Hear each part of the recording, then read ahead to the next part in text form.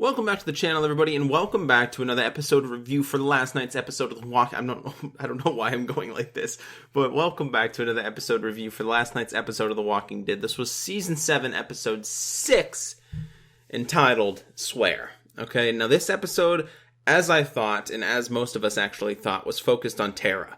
Okay, Tara and Heath, to be exact, and the introduction of a new community. Now, I personally liked this episode. I thought originally that it was going to be a little slow. I didn't think it was going to really offer us too much, in terms of content and in terms of relevance to the season. Because I will admit, it has been going a little slow. But with that being said, the group's sort of broken right now. And they want to get as much time out of this story arc that they're trying to follow as possible. Because if they just went right to it, they could be done it in a few episodes if they really wanted to. It's not a short story arc, you know what I mean? But it's a basic story arc to go along for a TV, perspective. The comic book, went along for about 3 volumes or so with this new storyline that's coming up. It's not really new now, but I mean, you haven't seen everything yet, okay? So with that being said, that's why they're doing this. And I thought this episode was going to be a bit boring, but it wasn't. I actually liked it quite a bit. Now, it did focus on Tara, and obviously she's not a big part of our main group. She's not a main character in our main group. I mean, she is in the main group. But with that being said, again, she's not, focused on very often, I guess would be a way to put it. And I kind of liked it that they did it this time with Tara and Heath. Now, it's not so much Heath. I would like to see a little more Heath, but I mean, I get sort of where they're going with the storyline, so they didn't really get to chance to, show Heath too much. But with that being said, I think that it was a pretty good episode all the way around. So let's go ahead and get this started, okay? All right, so right off the bat, the episode actually starts off with a sneak peek that we've seen for this episode of The Walking Dead. And that's kind of what I was thinking. I said that in my prediction video as well, that I thought it would start off with this sneak peek, and it did. It's basically Tara not really waking up on the beach, but she, washed up on the beach, and a little girl was there. It sort of had like a Fear the Walking Dead vibe to it, which I didn't really mind, you know what I mean? It's been a while since we saw that, but because it was following 2 new characters on like the ocean side, so it sort of had that Fear the Walking Dead season 2 vibe to it. And not a bad thing, but again, it was a little weird for us, And anyway, this little girl and another woman basically was on the beach killing walkers, and the little girl went over to Tara, which she thought she was a walker, and went about to stab her in the head with her staff, or whatever the hell she has there, like a spear. And basically the lady who was, with the little girl basically walked over, told her no because it was a human. And there was a really weird little Lizzie part there too that sort of gave me Lizzie vibes, from season 4. And I don't know, that little girl, she's not in a good place mentally because she wanted to kill Tara anyway, even though she was a human. We have to, and yeah. She was pretty savage, to say the least. That's what I texted my friend Dan last night. I said, well, that was a savage little girl. Cindy, which is the actual, I don't know, not mother, but just the adult there, I guess, persuades Rachel, to spare Tara's life and not tell, okay? And Cindy drags Tara onto the beach, gives her some supplies while Tara is still, quote-unquote, knocked out. But we later find out that she's not knocked out. She's just sort of playing knocked out at that point. And then she actually ends up following Cindy into the woods and into her community, where she runs into a whole bunch of people that she finds. And they have this little strategy of using clickers to alert their, people that there's somebody among them that's not supposed to be there. Very smart idea, as opposed to just yelling out, you know what I mean? Like, that could be a very smart thing, using those clickers that they're using, the little dog clickers. It's sort of an alarm, a silent alarm, to be honest. And smart idea on their part, really was. So they ended up chasing Tara down inside of this community they have in the woods, and it's a new community. It's completely new. We have not seen them before ever, completely new to us, new to them, everything. And they ended up chasing Tara down. Tara actually ended up taking out one of them, didn't kill him, or her rather, just hit him with the butt of the gun. I keep wanting to say him, but that's something we've seen in a promo and actually in the SDCC Comic-Con trailer as well, when she hit somebody, with the butt of a shotgun. And we actually get to see this part here where she takes out, I think it was a girl named Beatrice, actually. She knocked her out instead of actually killing her. And then that ended up basically being the only way she ended up surviving, was sparing Beatrice's life. And, she sort of got surrounded by the group, was wondering, what the heck's going on. She dropped her shotgun. The little girl was about to kill her again, and Cindy actually came and saved her once again. And then they ended up, basically wondering what the heck they were going to do with her, because we get to find out that they usually shoot people on sight, no matter what. They shoot them on sight. They don't want anyone wandering in through their community. They shoot them on sight, no matter what. And can you blame them? Can you blame them? I don't really think so. But at the same time, Tara sort of brought up a pretty good point, saying that, if you treat everybody that you come across as an enemy, eventually all you're going to be finding are enemies, And very good words of wisdom there on Tara's part, because that's definitely correct, And anyway, they basically ended up explaining their entire situation. Eventually, there's, talk here and talk there. I'm not going to really get into that because it was an extended episode, and this doesn't have to be an extended review. You know what I mean? It was a pretty basic episode. Basically, Tara ran into a group called the Oceanside Community in the woods, off there in I want to say a cabin camp type thing that they had going on, maybe for kids or something like that. And we get to find out that actually everybody in that community are all women. And we get to find out the reason why they're all women and just children is because all of the men in their community died. Every single last one of them. And the reason for that is because we end up finding out in the end of the episode that they actually had to previously work for the Saviors. And the Saviors actually ended up killing all of their men. And just sort of as a statement, saying that we killed all of your men, we can kill everybody else. They apparently lined up all the children, all the boy children, and shot them point blank in the head like absolute savages. And only the women and only the little girls survived. And they had to still work for them. They had to still work for them in another community that they were in. And one day they just up and left. They up and left, they ran away, and they found this community in the woods, and they finally got away from the Saviors. And the reason why they actually end up shooting everybody on sight is because who knows who they could be? Are they Saviors? Are they some other group that wants to do exactly what the Saviors did to them? I sort of understand, why they have that rule, set in place. But like I said, Tara, obviously not one of those people.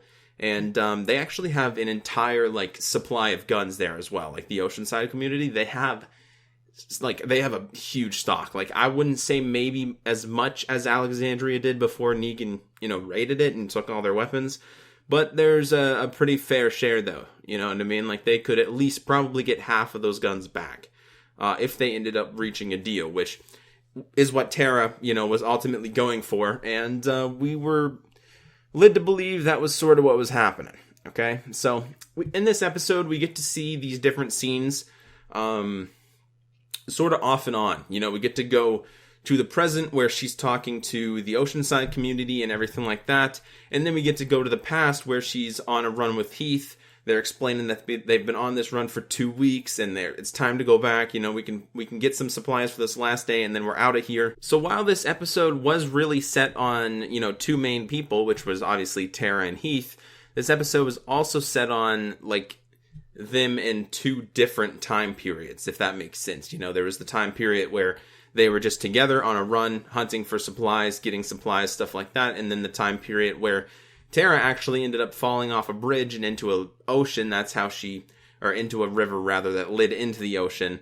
And that's how she washed up on shore so that, Cindy and everybody like that could find her. And then that's how she got into the camp. So she actually fell off a bridge. And we get to find out that she fell off a bridge because they were on the run for supplies, her and Heath. And they came across the bridge with a mountain. And I'm talking a mountain of sand on it, And they looked down, there was shells there down at the bottom, and she thought that there could be supplies, she thought that there could be weapons, so she started pulling out a bag that was stuck into this mountain of sand, this mountain of sand on the bridge, and this mountain of sand just came tumbling down, pretty much on top of them, and then out from underneath that pile of sand were walkers, so we finally get to see these really dried up, really cool looking sand walkers that had really no moisture whatsoever to them. And we get to find out, in a little clip on Talking Dead that's what, Greg and Nicotero was going for, which they ended up looking really, really cool. They really did. We didn't really get to see, sand walkers before. We seen water-drenched walkers, bloated walkers, stuff like that. And, of course, back in Season 5, we get to see the burnt-up walkers, the asphalt walkers, I guess is what you call them.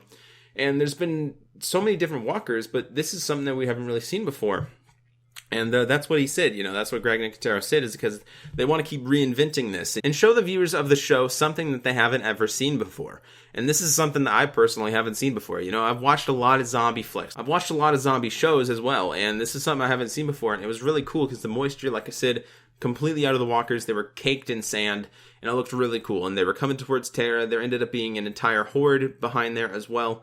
And that's when Tara and Heath ended up getting separated, and that's when Tara was trying to fight off the walkers that she was getting attacked by, and she ended up falling over the bridge, like railing there. And, Heath, we don't know where he went. He got separated, he had to run off, and, he was shooting walkers as Tara was fighting some off at the same time.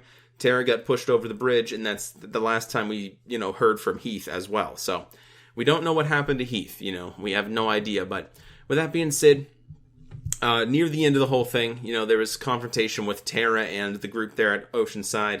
They agreed to help Tara back to the bridge to help look for her friend, and Tara, on their way back to the bridge, realized that the two people that was escorting her, which is Beatrice and some other girl, I'm not too sure who, like all the names and stuff like that, but they were basically planning to kill her. They offered her to stay. They offered Tara to stay at that community. That was one way that they could get away with, letting Tara live. And when Tara ultimately said, I'm not saying I have another community to go back to, that's where they sort of got afraid and where they wanted to kill Tara after all. Okay, so they ended up trying to kill Tara. Tara actually ended up escaping, running through, jumping down into a ditch, which is something, again, we've seen in the SDCC Comic-Con trailer and various promos as well. Very badass scene. She's very quick, I guess, would be a way to put it. Anyway, she ended up getting away, and one of them held her at gunpoint, and Cindy actually came up, saved her life again, tackled, I believe her name was Beatrice, and that's when Beatrice, before she got tackled, told Tara about the Saviors and everything like that. And then, that's when she sort of understood, why they had to do that, why they had to execute people on sight, because they didn't want to take this risk with Saviors. And that also sort of gave Tara a preview of what to expect, because let's remember, okay, back in Season 6, they went on that run, Tara and Heath, as soon as they killed everybody in that satellite station. Now, they left there believing that all the Saviors and everybody were dead. They took care of all of them. Obviously, that's not the case. She explains to Tara that they have multiple outposts. They have a main base, obviously, somewhere, and that satellite station was just an outpost. That's not all of them. Anyways, that sort of gives Tara a preview, of what to expect when she gets home to Alexandria. And that's when, obviously, Cindy ended up tackling Beatrice to the ground. They ran off to the bridge, her and Cindy, and, Tara and Cindy, rather. And Cindy actually ends up getting Tara across the bridge in one piece. She's a pretty good shot. Sort of reminded me of Andrea a bit there. Comic book Andrea, not TV show Andrea, because Andrea in the TV show, didn't really develop her skills, quite as much as she has in the comic. In the comic, she's absolutely insane. She never misses a shot. And Cindy sort of had, that Andrea vibe to her with, her skills with shooting.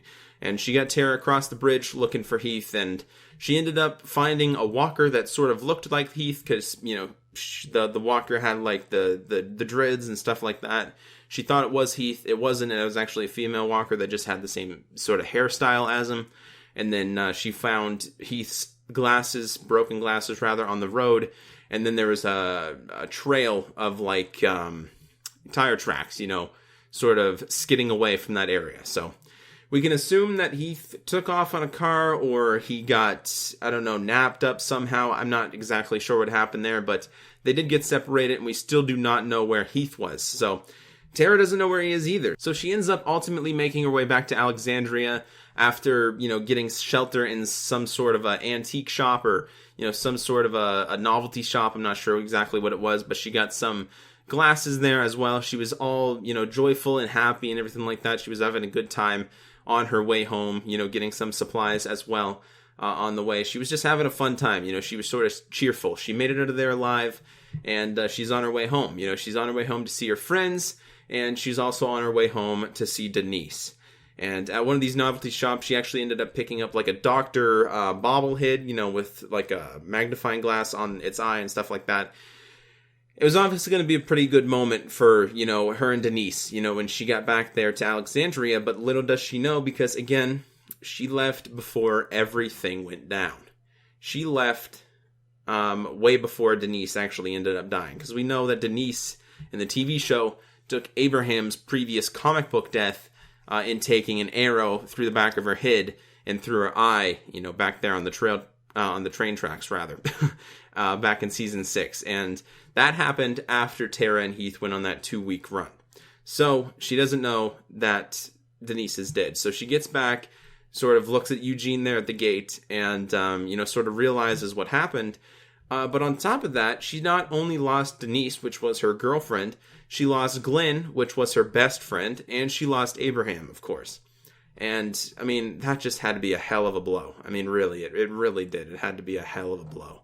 And she ended up talking to Rosita there at the community at Alexandria, and she obviously made a promise to Cindy back there in the woods that she wouldn't tell anybody that this community existed. She made a promise about that, and she's actually keeping her promise, or at least that's what I think she's doing. You know, she might keep her promise, she might not. She might realize that they actually need to go back there no matter what and get their help and their guns.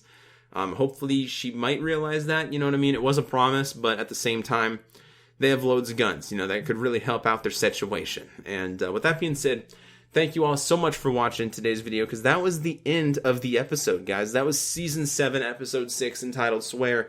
Again, it was a much longer episode than I lit on, you know, for it to be, but there was tons of dialogue, tons of things that I don't really need to go over. I covered all of the important things, and if I did miss anything, let me know in the comment section below, alright? And also let me know in the comment section below what you guys thought of the episode. Did you like it? A lot of people say that it was slow, and it was sort of non-essential to the season. I sort of liked it, because I think it's essential to the season. As long as they bring this Oceanside community back into play and it's not just forgotten about, I think that this episode, you know, could have developed a lot of things. You know, they had a big stock of guns. The camera sort of focused in on that, you know, when they were doing the clicky noises in the woods. So maybe the camera was trying to get us to believe that that's where they're going to get their supply at. I'm thinking that's what it, you know, sort of wanted us to think, and then maybe it's not going to happen after all. It was just sort of a false hope. But with that being said, thank you all so much for watching, and I really do appreciate you guys tuning in. And I am primarily a gaming channel, so make sure you guys check out all my other videos that I post. I do put tons of work and effort into them. But if not, that's fine. Alright, tune into this Thursday, you know, for my episode predictions for this week's up-and-coming episode of The Walking Dead, Season 7, Episode 7, entitled Sing Me a Song. We have Rick, we have Daryl, we have Michonne, we have Negan back in this upcoming episode. So it's going to be pretty freaking exciting, and I can't wait. So, yeah. Alright, I will post actually tomorrow a unboxing of The Walking Dead Season 6 Limited Edition Blu-ray box set as well. I unboxed it yesterday. The video is going up tomorrow, so hopefully you guys will enjoy that. So tune back into that too. But again, if you guys don't watch my gaming content or anything like that, tune in on Thursday for episode predictions and on Monday for episode reviews. Thank you all so much for watching. Take care, everybody. Bye. Excuse me. Operation Terminate Randall is fully underway. I guess not. So, saw the opportunity, work decided anymore. to take it.